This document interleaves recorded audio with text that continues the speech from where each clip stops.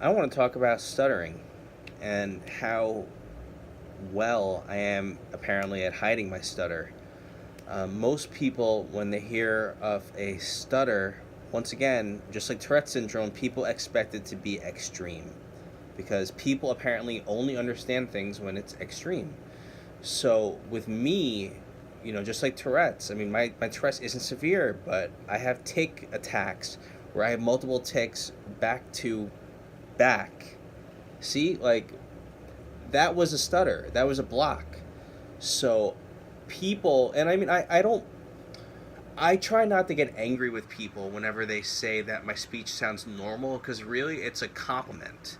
The old me, the underdeveloped me, would get mad whenever I would hear that because I would feel misunderstood and I would feel like my problem was being minimalized. But just for any people who are watching this who have commented on my speech saying I sound fine, I'm not mad at you. It's just I mean, I'm 30 years old and I've been speaking for, I don't know, 25 or 27 of those years, or however, whenever I started speaking. So, and I didn't develop oddities in my speech up until I would say about middle school, when I noticed when I was calling my friends' houses, my throat would tighten up whenever I would have to ask for them, because their parents would answer at that age, and I would always hope when I was calling their house that they would answer, so I wouldn't have to ask for them. And I remember asking like my mom to call my friends for me. So once again, it's been an issue for a long time. But in this video, I really want to talk about stuttering and the many different forms that it can take. And I want to challenge your view of what you think stuttering is. And I'm going to cite a website called speechirl.com. I talked about it in my story, in my Instagram story today, and I'll make it as a post. But they illustrate this so well, and I absolutely love this website. Just so you guys know, Speech IRL, they, let me go to their about. I just want to shout them out.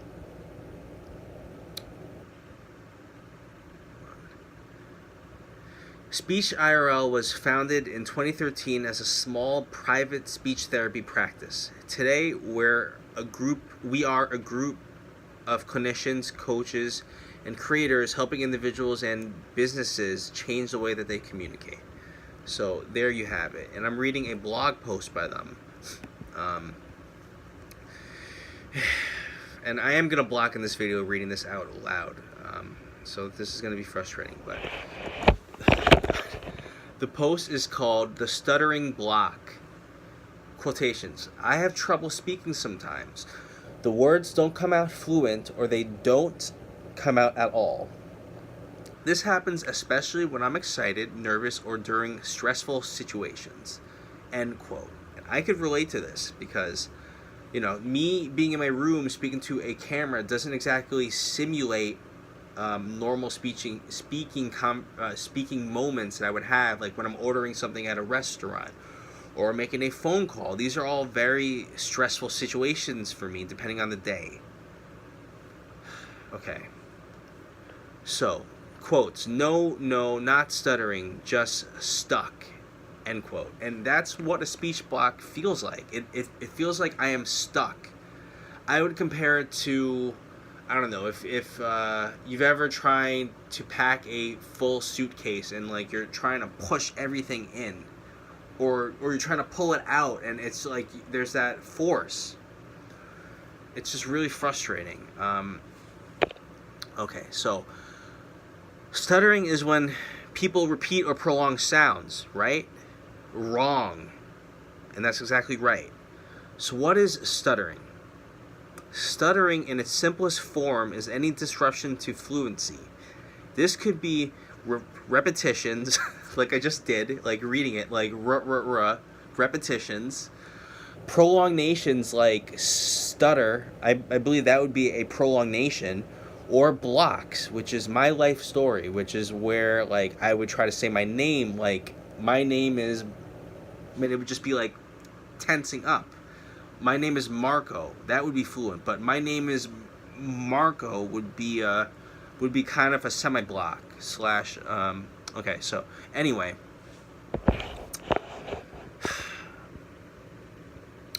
As a way to get through these stuttering moments, one may use fillers, revise their thought, or simply change the word.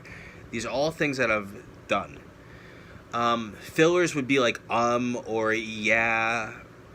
Revise their thought which would just be an internal process, like I'm revising the words in my head so I don't block, or simply change the word, which would be word substitution, which I do a lot. It's very frustrating for me because these are all like invisible battles that I have, and I know that they exist, and because I haven't been properly assessed by a speech language pathologist or an SLP, this is a self-diagnosis, but I know the problem exists. I just don't have the proper name for it. I know it exists. I'm not crazy in that way. How come I've never heard of the stuttering block? Okay. I had my own personal experience with this a few years ago when I was determined to find out why I talked like this. I always had silent blocks since the time I started speaking that remained an enigma for years. My mom used to tell me, your thoughts just move faster than your mouth. I wasn't buying it. See, those are all blocks that I'm having right now. But since people, and I'm a little frustrated making this video because people don't understand speech, because everyone takes their ability to speak fluently for granted. A speech block could just sound like someone's pausing a lot, but unless you know what you're looking for and what it sounds like, a speech block is often mistaken for something else. And that's really one of the things I want everybody to walk away from after watching this video. Okay. Okay. What happens in a block? Whether you're repeating a single sound and unable to get to the next sound, or stuck and unable to get to the first sound, the theme here is stuck. Stuttering is also characterized by a loss of control, an involuntary disruption to the speak mechanism. That's a good way to put it, by the way. Okay, you may stutter if you exhibit most or all of the following. I feel a lot of tension during the disfluency in my lungs, in my throat, and or in my jaw. These are all things that I've experienced, by the way. Okay, how do I know if I'm blocking? I think if I just relax, I could speak fine. And then that's something I hear a lot, too. Well, yes, maybe if your vocal mechanism were completely relaxed, everything would be fluent. But these fluency techniques don't always work, which is what this blog is saying. And I mean, I'm not going to bore you guys by reading this entire thing. You should just read the blog. But one thing that this author is saying is that, yes, relaxation is good, but the stutter persists whether you're relaxed or not. There's something going wrong with the speech mechanism in the brain. It's not just about purely relaxing. The problem is there, and that's one of the most frustrating things for people who stutter, because they're always told to constantly relax, and relaxation is not the issue. It's a neurological issue. Nerves or anxiety do not cause stuttering. Stuttering is a neurophysiological disorder. Oftentimes, it is the stuttering that causes the anxiety, and that's 150% true. I don't always have trouble speaking. Sometimes I can say things perfectly fine. Yeah. Yep, that's the nature of the beast. Sometimes you're fluent, sometimes you're not. There are endless variables, and this is what I'm trying to illustrate to you guys. It's so freaking annoying because I'll be fluent, and then I'll have a block, and then I'll have more blocks, and then they just keep coming. And it's incredibly frustrating because I know what I want to say, it's just my fucking brain won't let me. Fuck. Okay. Let me introduce you to covert stuttering. There are many ways that someone may fall into the category of a covert stutterer. Here are two of the most common.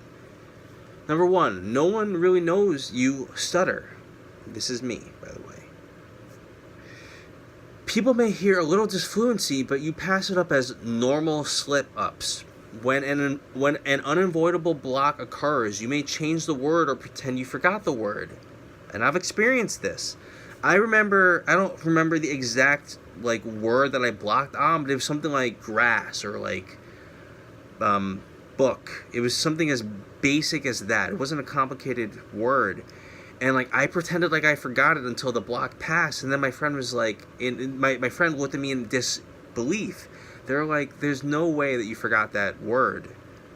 So I had to act like I'm dumb, which I'm not dumb, even though I feel like it sometimes.